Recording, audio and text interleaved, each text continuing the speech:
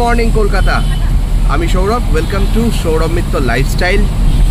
আজকে অনেক সকাল সকাল বেরিয়ে পড়েছি এবং তোমাদেরকে নিয়ে যাব আজকে রামপুরহাট তারাপীঠে তারামা দর্শন করাতে। অবশ্যই কিন্তু সঙ্গে থাকবে আর স্কিপ না করে সম্পূর্ণ ভিডিওটা দেখবে।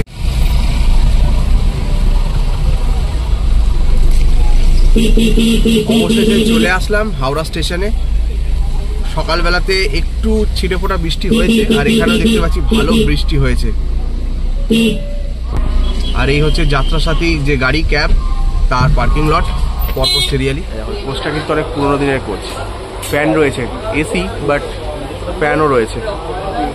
আর এর সিট লেয়ার হচ্ছে 3-2, এদিকে 3টে এদিকে 2টো। ট্রেন নাম্বার 13017 হাওড়া রামপুরহাট গণদেবতা এক্সপ্রেসে বসে আছি এসি কোচে C1। আর ট্রেন ছাড়বে 6:05।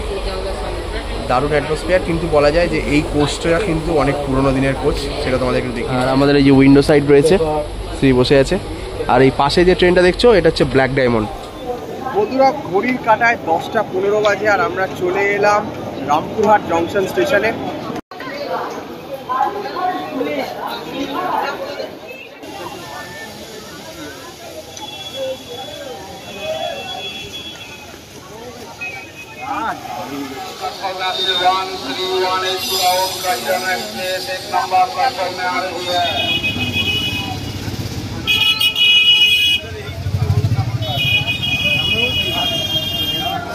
বাচ্চাদের পকেটে নাম, ঠিকানা, মোবাইল নাম্বার দিয়ে রাখুন।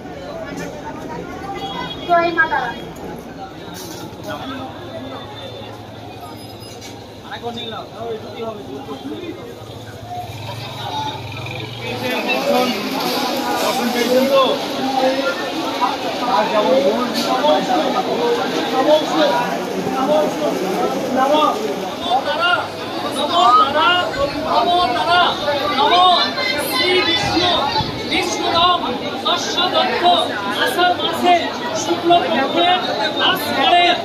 অবশেষে পুজো দেওয়া হয়ে গেছে তারাপীঠ মন্দিরে। আর তারাপীঠ মন্দিরে যে নাট মন্দির আছে সেখানেই রয়েছি।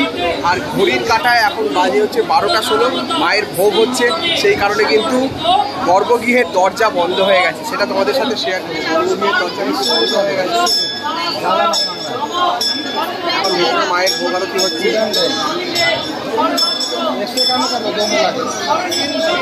এখন তারাপীঠের তারা মায়ের একদম মেন মন্দিরের সামনে পেছনে হচ্ছে মূল দ্বার। এই মন্দির দিয়ে আমরা কিন্তু ভেতরে প্রবেশ করেছিলাম আর এখন আমরা যাচ্ছি মহাশ্মশান দর্শন করতে।